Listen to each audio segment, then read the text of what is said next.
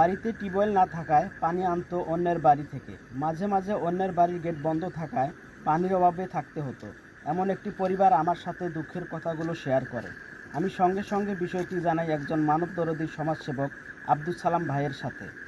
ভাই কথাগুলো শোনার পরেই বলে, এখনই টিউবওয়েলটি কিনে দিয়ে আসেন। আলহামদুলিল্লাহ, টিউবওয়েল পেয়ে পরিবারটি খুবই খুশি এবং সালাম ভাইয়ের জন্য দোয়া করেন।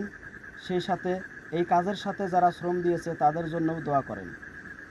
তাই আমার অন্তরের অন্তঃস্থল থেকে আব্দুল সালাম ভাইয়ের জন্য দোয়া রইল এবং দেশবাসী আমাদের জন্য দোয়া করবেন যেন অসহায় মানুষের মুখে হাসি ফুটাইতে পারি।